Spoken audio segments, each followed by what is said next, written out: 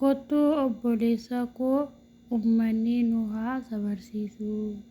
Assalamu alaikum warahmatullahi wabarakatuh. Obboleeyyan kee akka qaaliiwwan masaalkii rakkan bultan nagaa keessanii bagarfina kan bulfatee waytii kanaa sin gaate sinin jedhama rakkeessanu bakka jirtoota nagaa firaaman rabbii sin irraa jiraatu.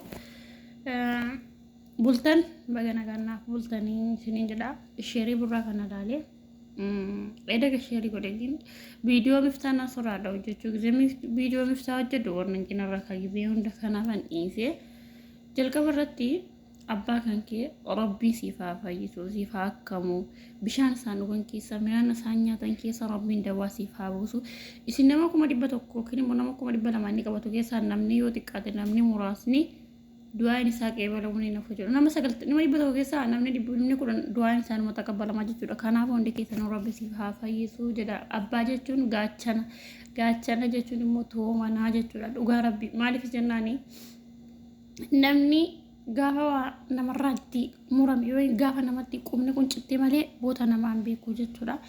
Ana maka kiyyatti abbaa kiyyan beekullee maalillee beeku rabbiin janata isaa taasu rabbiin cafee janata keessa naaf haa kaa'u. Lazaa abbaa immoo gisee ijoolleen abbaa koo jettu wallaahi baay'ee marmaan naquba waa'een abbaa baay'ee ulfaataadha. Biyya duniyaa kanarratti maali yoo ta'e abbaa jechuun baay'ee ulfaataadha. Kanaafuu rabbiin abbaa isaa haa fayyisu rabbiin itti araaramu. Obbolaa keetiin illee rabbi walitti si haa deebisu. Burraan dubbatee ture wanta tokko waan dubbatee ture nuti nagaadha walirraan fagaanne waliin lolleegin sababuma dhukkubaatii walitti faca'anii jechuudha. Hundayyuu rabbiin araaramu rabbiin haa fayyisu. Miftaa immoo viidiyoo isaa sheerii godhaati 200 galchaa dara obboleeyyan 200 galchaa 199 irra jira. Diraayimiidhaan waadaa walii seenanii yoo 200 dhiyeenyatti galee sixootaa sii kenna jedhee hammaa miti jechuudha. Ji'a lama olii wanti sun garuu mamallee jechuudha 200 galee amma 99 galee jira. Kanaafuu 99 galchaa jira. Hundi keessan immoo rabbiin abbaa keessiif haa fayyisu. Rabbiin abbaa keessiif haa akkamu. Qoricha isaan bishaan isaan dhugan keessa dhukkuba isaan qabame kan immoo gara biraatti rabbiin siif haa jijjiiru. Irri barafanii ol kaanii ofirraa dhaban jedha du'aa godhaafi. Wallaahi du'aa hin barbaachisaadha. Abbaa jechuun immoo waan jabaate duniyaa kan keessatti wanta akka abbaa jabaatu hin jiru. Isi warra abbaa qabatu beeka jechuudha. Wallaahi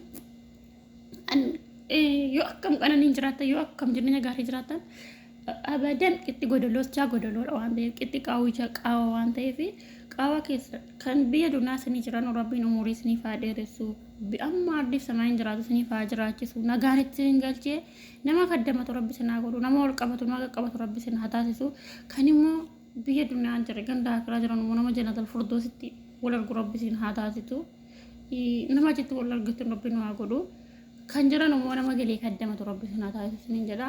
Kanaafuu miftaadha hundi keessanillee rabbiin umurii siif haa dheeressu rabbiin fayyaa isaanii haa guutu bishaan isaan dhugan keessa rabbiin dawaa haa kaa'u jedha du'aa godhaafis ni jedha.